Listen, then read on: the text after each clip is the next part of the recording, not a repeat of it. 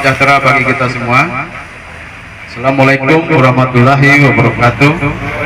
Adil Katalino Bacuramin Kasaruga Basengat Ka Jubatan. Bapak Ibu juga yang boleh datang di sini, kami ucapkan terima kasih. Di mana kami saat ini datang untuk menyampaikan visi misi kami, sekalian juga perkenalan kami. Kenapa? Kami calon ini membawa hati, bukan kami dengan ambisi. Terus terang aja, kita sudah 20 tahun di Kabupaten Bengkayang, mekar dari Sambas. Tapi di mana-mana kita rasakan bahwa kekurangan dalam pelayanan, baik itu infrastruktur, baik itu pertanian, baik itu pendidikan, perkebunan, dan kesehatan, dan lain-lain. Kita tersiksa secara fisik. Kita naik kendaraan susah, pulang ke rumah badan capek. Kita memang tidak dipukul oleh pemerintah, tapi kita disiksa melewati jalan-jalan yang rusak. Di mana-mana rusak, Pak. Hanya Bapak di sini beruntung ada jalan nasional, jadi jalannya cukup enak. Tapi kami di pedalaman, Pak, sengsara, Pak. Bukan hanya di Kecamatan Semalantan, Unteraduk sampai ke Cagoy Babang, Kala juga hancur. Oleh karena itu, ke depan kita harus cari pemimpin yang benar. Ke depan kita kalau membuat pembangunan, kita tidak akan lagi ditinggalkan. Artinya kita tidak lepas begitu saja, tetap dikontrol supaya pembangunan itu baik. Terus terang saja, kalau kita masih memakai pola lama, cara lama, kita tidak akan berubah. Karena kami ini pakai slogan kebaharuan, Bengkayang bersih, Bengkayang hebat. Bersih di situ adalah tata kelolanya, hebatnya segala bidang, pendidikan, infrastruktur, kesehatan, pertanian, itu hebat. Mungkin itu saja yang dari saya. Ucapkan terima kasih. Selamat sore. Assalamualaikum warahmatullahi wabarakatuh. Salam sejahtera bagi kita semua. Adil Katalino Bacuramin Kasaruga Basengat Ka Jubatan. Selamat sore. Salam sejahtera bagi kita semua.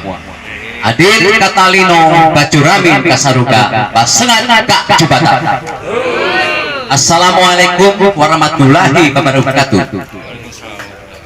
Yang saya hormati tokoh masyarakat, tokoh pemuda, tokoh agama, sesepuh masyarakat di Tanjung Bundul, dan yang saya hormati ibu-ibu atau tokoh perempuan yang telah hadir pada sore hari ini. Yang saya hormati dan juga saya ucapkan terima kasih Pak Jabar dengan Bu Era, di mana pada sore hari ini telah menyiapkan tempatnya untuk pertemuan kita pada sore hari ini dalam acara silaturahmi perkenalan kami, kampanye ideologis, dan membahas bagaimana ke depan membangun Kabupaten Bengkayang yang lebih baik dan masyarakatnya sejahtera. Bapak-bapak, ibu-ibu, apa yang telah disampaikan oleh Pak Aliong benar. Bagaimana setelah pemekaran wilayah, perkembangan pembangunan Kabupaten Bengkayang tidak seperti apa yang kita harapkan semua.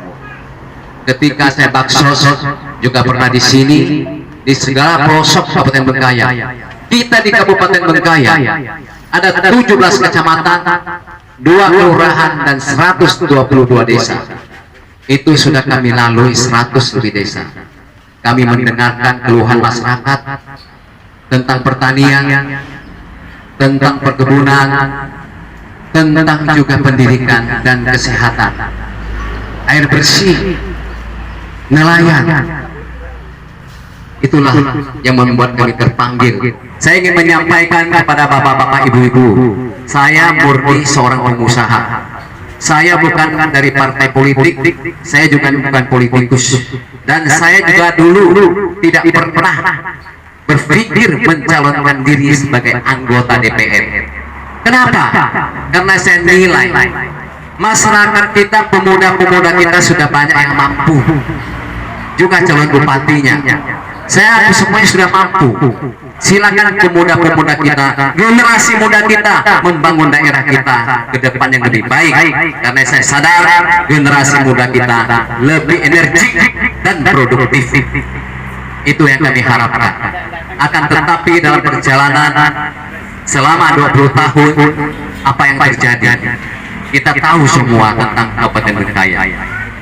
Ketika kami dilamar oleh partai politik dari Perindo dan Hanura, Saya katakan dengan Pak Leo, situasi kondisi Bengkayang kita perlu ada pembaharuan menuju Bengkayang bersih dan hebat. Kenapa harus begitu? Visi misi kami sadari, kami temukan kenapa Kabupaten Bengkayang selama 20 tahun terbangun, permasalahannya ada di tata kelola pemerintahan.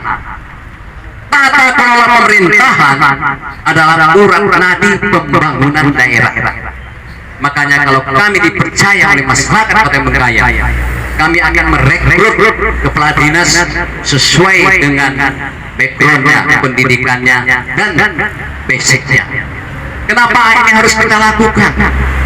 Dengan tata kelola pemerintahan yang tangguh, yang kuat, pasti mampu membangun daerah masyarakatnya yang lebih sejahtera. Satu contoh, apa yang dikatakan Pak Presiden kita, visi misi Presiden adalah visi misinya menteri. Demikian juga visi misinya bupati dan wakil bupati adalah visi misinya kepala dinas. Dia harus mengikuti apa yang diinginkan bupati dan wakil bupati. Itu akan kami lakukan. Satu contoh, kita di bidang pertanian. Karena bukan backgroundnya dari dinas pertanian, apa yang terjadi di Kabupaten Bengkayang. Kita langka pupuk, nelayan kita tidak karuan, maka diurus. Bayangkan, ya, pertanian kita turun desa ke desa, apa yang terjadi? Jalannya berantakan. Kalau kita ingin ekonomi kita membaik, rakyatnya sejahtera, tentunya hasil tani yang berlimpah, jalan pun harus dibangun agar hasil tani itu bisa diangkut ke kota dan dijual. Dengan demikian ekonomi masyarakat kita akan membaik, hidup akan sejahtera. Ini yang harus kita lakukan ke depan, bapak-bapak, ibu-ibu. Makanya saya katakan, kalau tata kelola pemerintahan yang bersih itu dapat melayani masyarakatnya dengan prima dan tanpa korupsi. Pelayanan masyarakat, kami berkomitmen untuk membangun masyarakat kita ke depan yang lebih baik dan sejahtera. Tentunya visi misi kami tentang sumber daya manusia tadi, kita terus mencetak sumber daya manusia yang tangguh, pendidikan dan kesehatan. Tentunya semua posyandu harus kita galakkan. Seperti di Tanjung Gunung ini, kita berbatasan dengan Singkawang, kita harus bangunkan puskesmas, bukan posyandu yang kecil itu. Dan juga harus ada ambulannya agar masyarakat kita di sini bisa dilayani dengan prima. Masyarakat kita sini saya tahu apa sih kemampuan posyandu itu, semua berobatnya ke Singkawang. Makanya ekonomi kita lemah. Ini harus kita lakukan. Seteher RSI harus dibangun, ditata dengan baik, infrastrukturnya juga. Ini adalah momen yang tepat kita menuju pembaharuan, berjuang ke masyarakat kita. Kalau dipanggil bupati untuk ditanya argumentasi, bupati harus siap berargumentasi dengan menteri-menteri kita. Karena menteri-menterinya Pak Jokowi itu orang pintar semua. Baik, seperti masalah nelayan kita harus betul-betul mendorong di pesisir kita itu apa. Makanya saya katakan, seorang calon pemimpin yang muncul di Kabupaten Bengkayang, dia harus sadar Bengkayang itu ada kepulauan, Bengkayang ada pesisir dan laut, dan Bengkayang ada gunung.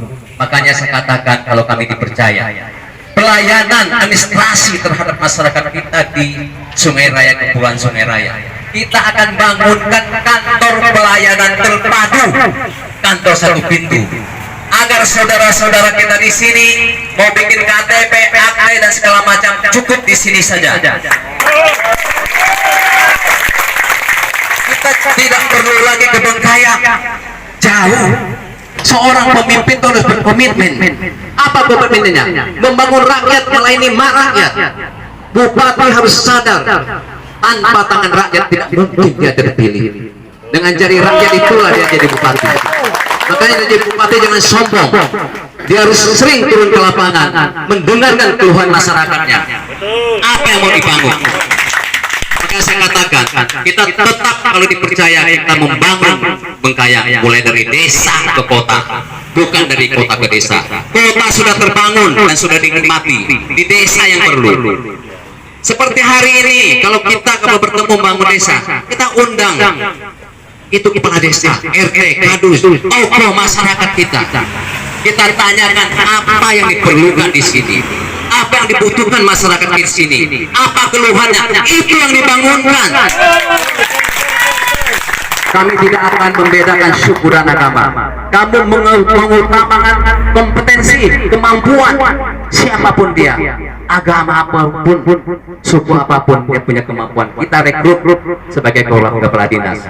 Ini yang harus kita lakukan. Kenapa? Dengan cara demikianlah kita bangsa Indonesia, ya, berbineka tunggal ika, kita berbeda-beda tetap satu. NKRI kita pertahankan. Bapak-bapak, ibu-ibu yang saya hormati, kita di Kabupaten Bengkayang ada 4 kandidat, 4 calon bupati. Mungkin beberapa minggu yang lalu sudah ada yang datang saudara-saudara kami. 4-4-nya adalah putra yang baik. Kalau tidak baik, tidak mungkin dia lolos dari KPU, juga tidak mungkin diusung partai politik. Akan tetapi Bapak Ibu harus koreksi visi misinya, program kerjanya, terobosan kerjanya. Barulah kita memilih, diskusi dulu Bapak dan Ibu dan anak. Siapa bupati yang kita pilih bisa membawa kita keluar dari kesulitan ini? Itu yang dipilih. Siapa bupati yang kita pilih, ekonomi kita akan membaik, itu yang kita pilih. Siapa bupati yang kita pilih, ketika terpilih kesehatan kita akan lebih terjamin dan pelayanannya lebih baik, itu yang dipilih. Bapak-bapak, ibu-ibu, kita memilih seorang pemimpin, kita sudah menggantungkan harapan kita kepada bupati itu. Kita sudah menggantungkan masa depan pemuda-pemuda kita kepada bupati itu. Makanya sekali lagi kita harus hati-hati memilih siapa kira-kira bupati yang harus pilih. Ini yang harus kita lakukan bersama bapak-bapak, ibu-ibu, koreksi dan diskusi. Siapa kira-kira itu yang harus kita pilih. Kalau dengan cara demikian kita mendiskusikan memilih bupati, amin, kita akan mendapatkan seorang pemimpin yang amanah, yang mau mendengarkan suara rakyat. Ini yang harus kita lakukan. Saya titip, kami tidak pernah menjelekan siapapun. Saya kira itu. Terima kasih. Selamat sore. Salam damai sejahtera untuk kita semua. Adil Katalino, Pacuramin, Kasaruka, Pasengat, Jupata. Wassalamualaikum warahmatullahi wabarakatuh. Betul-betul memberikan dukungan sepenuhnya kepada nomor siapa? Nomor berapa? Baik, terima kasih. Andi Mekaliong, Andi Mekaliong, siap memenangkan Andi Mekaliong, siap memenangkan Andi Mekaliong. Terima kasih.